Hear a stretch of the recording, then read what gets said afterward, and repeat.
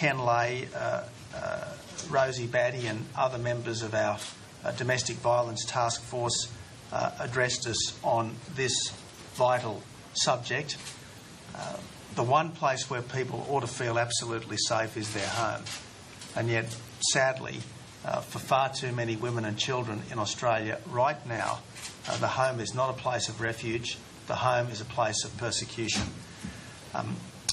We considered their preliminary report, and the outcome of the preliminary report will be a $30 million national campaign to tackle some of the problems which are already apparent. And I guess the most disturbing element in the findings so far is that up to 25% of young males, I regret to say, think it is acceptable under some circumstances to use violence against women.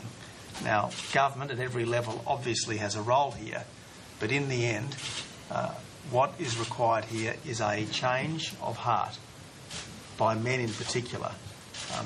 Fathers have got to say to sons that it's just not on to raise your hand against a woman.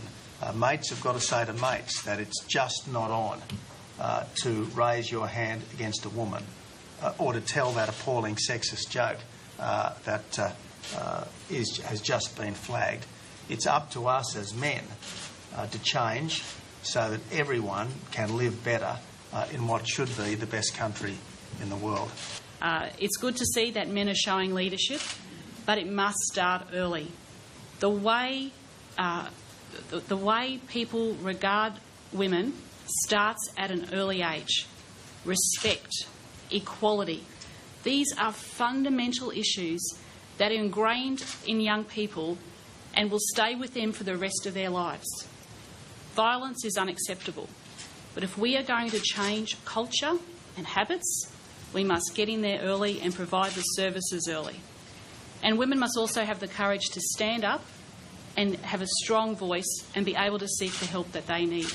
And that's why I want to thank Rosie Batty, because at the last COAG I had a detailed discussion with her about the need for specialised DV courts, and my government is implementing a specialised domestic violence court with wraparound support services, 14 extra duty lawyers out there to help women going through the system, providing that extra care and attention, more domestic violence services so they can have 72-hour family support and care.